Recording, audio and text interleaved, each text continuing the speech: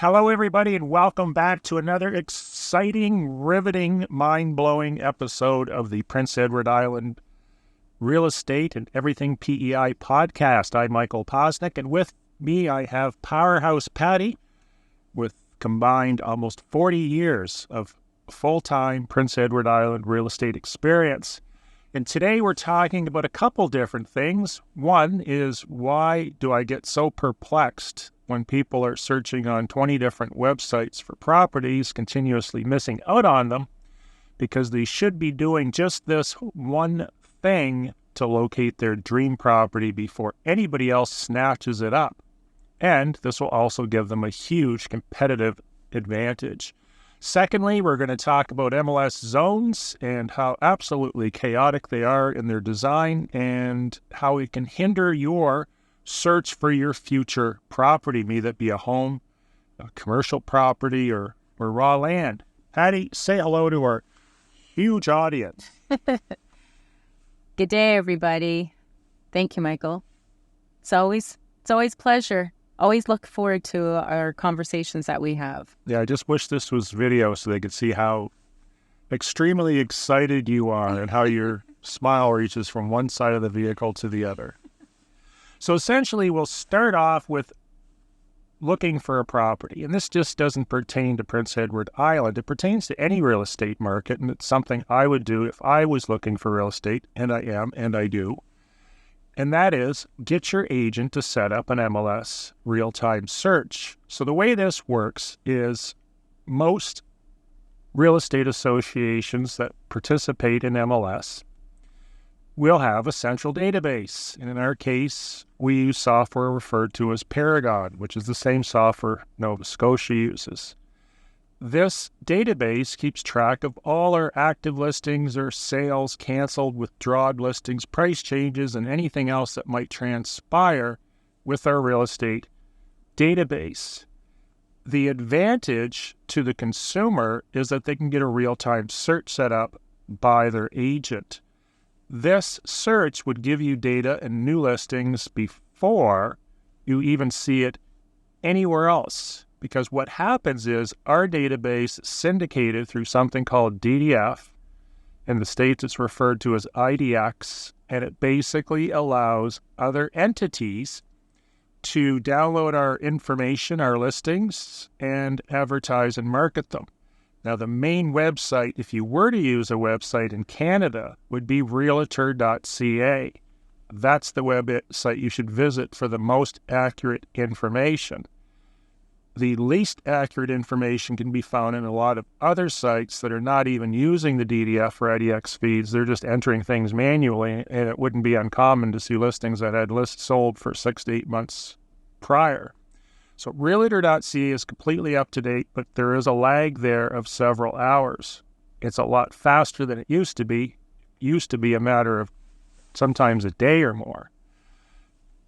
To set up a search, I'm going to pass it over to Patty. She's going to tell you what you need to do to receive listings from every agent and every broker on the island before anybody else in real time, if that's how it's been set up. So you can set it up so you receive it the second something has been posted, or you can get a weekly email, which kind of defeats the process. Patty, what do I need to tell my agent or broker to get my real-time search set up? And the second part of that question is, are they going to harass me to death and phone, text, and email me once I do? Yes. Well, just back up for just one second. For those who are sellers and you're putting your property on the MLS and listing it with a member of the Canadian Real Estate Association, or CREA, there on our listing documents, there are checkboxes there. So you want to make sure that your agent has those checked off so that DDF feed can indeed happen. Because if they're not checked, you are missing out on an opportunity to get that property, your property, in front of,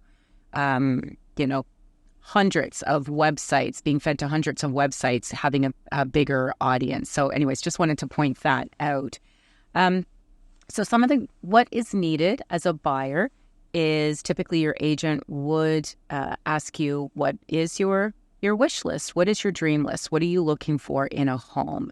Now, it's better, unless you're really looking for something specific, to keep it a little bit simpler and not too fine-tuned, because the more criteria, the more detail you put in, the better chance you're going to have in missing out on something that might just have skipped or bypassed you because of one box being checked. So you want to keep it a little bit broad and open.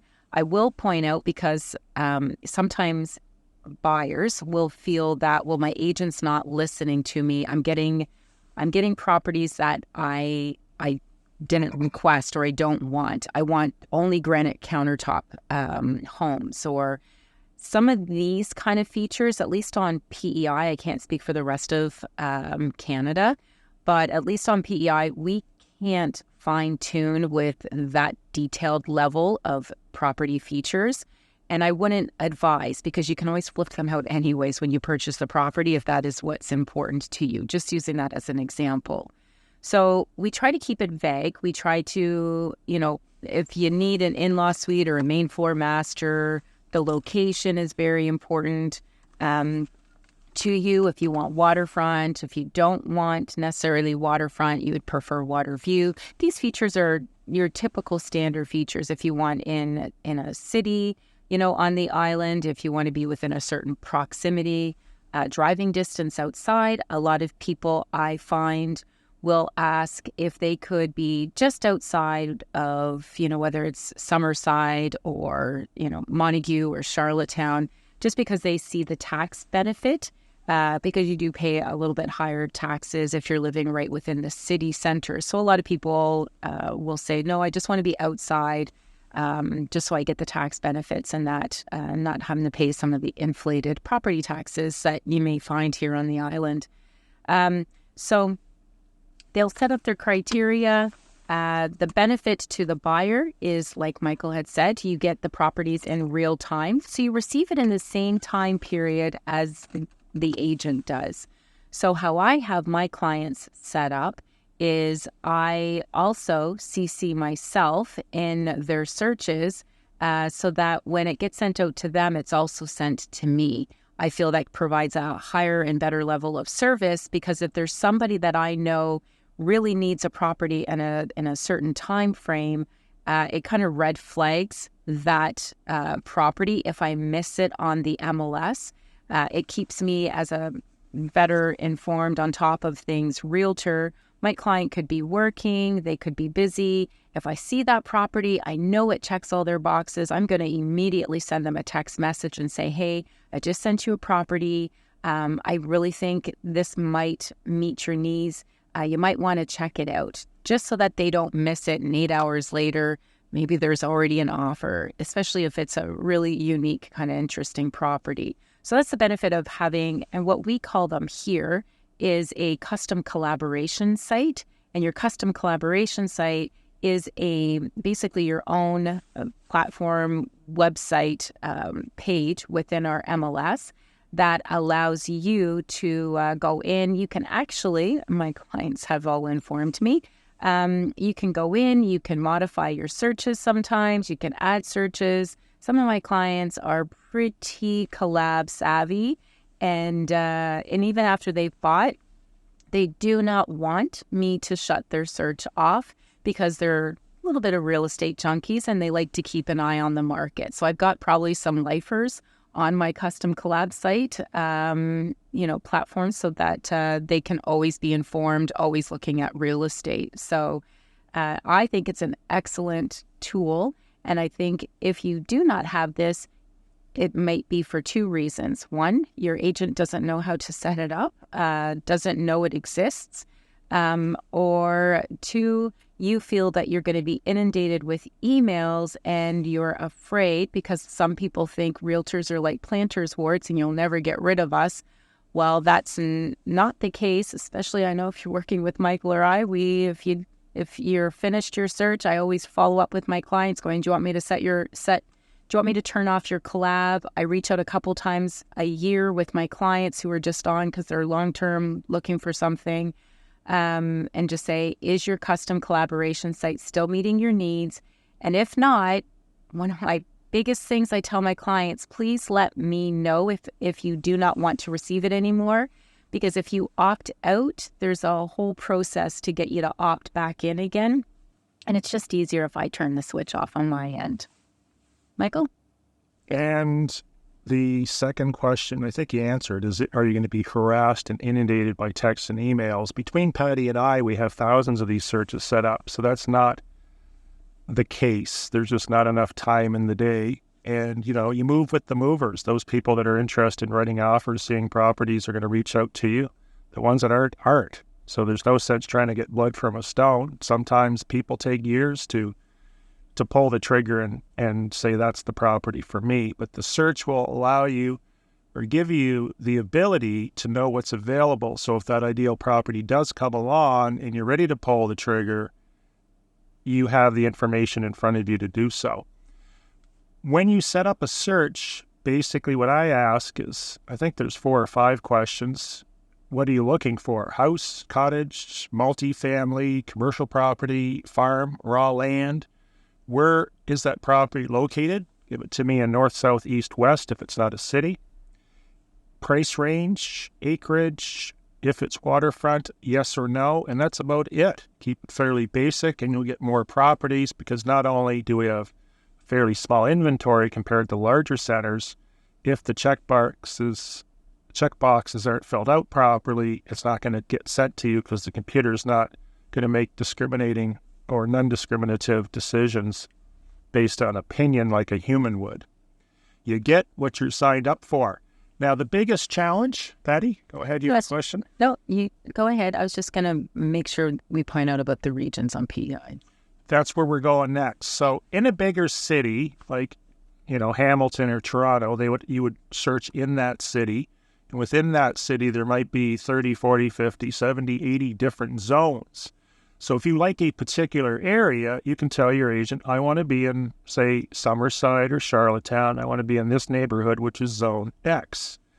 In PEI, our zones, in my opinion, based on my experience in real estate, not just in this province, but others, is so antiquated. I mean, originally we had zones 1 through 12. Was it 1 through 12? Yeah, I think we had 1 through 12. And then we changed to Paragon a few years ago, and now they relabeled them A through G, which conveniently don't really correspond with anything. W you would think would be west and E would be east.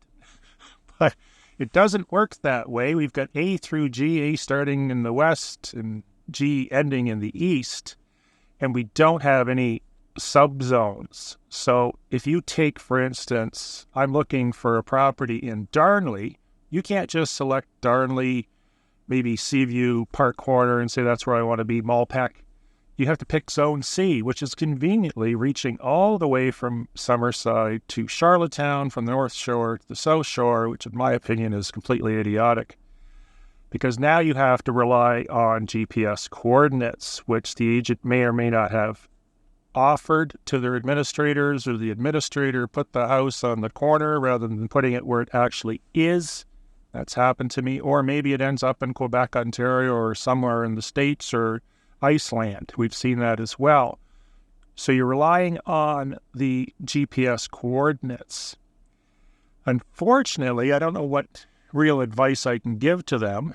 I always map the GPS coordinates, but you actually may miss out on some stuff if it's not mapped and you're not searching for a center. Any advice? No, I usually tell my clients, just because there is human error, and, as a seller, just to keep, depending on who our listener is, as a seller, I strongly recommend you go through and you audit your property listing. Do not leave it to the agent. I always, send off my property listing once it goes live on the MLS to my client immediately and say, can you please, verify and, look this over. If there's any errors, please let me know ASAP. That way we catch mistakes, right out of the gate. I know, unfortunately, that's not everybody's business practice. So dealing with the buyers, I would also reconcile and keep an eye on realtor.ca. Now, I have my own company website. I know Michael has his own website. And as great as they are, I still advise my clients to always go back to realtor.ca. You'll get properties, yes, from us sent off to you if you have a custom collaboration site. But I'd always reconcile it. And, in the evening hours, just go on to realtor.ca, pull Prince Edward Island. Don't get into any mapping. Just put in the criteria you're looking for. And if there is one of those properties that might have been inputted incorrectly, you should be able to find it. Excellent. Well said. Couple final last tips before we close it off here at 15 minutes.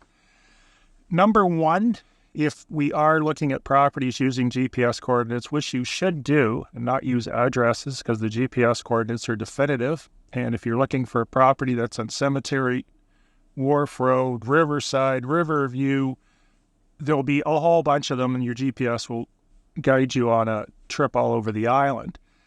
The other thing I would recommend is you actually have a GPS and you do not rely on your cell phone, because your cell phone relies on cellular, and cellular, particularly along the shore, is not existent or non-existent. So make sure you have a real GPS.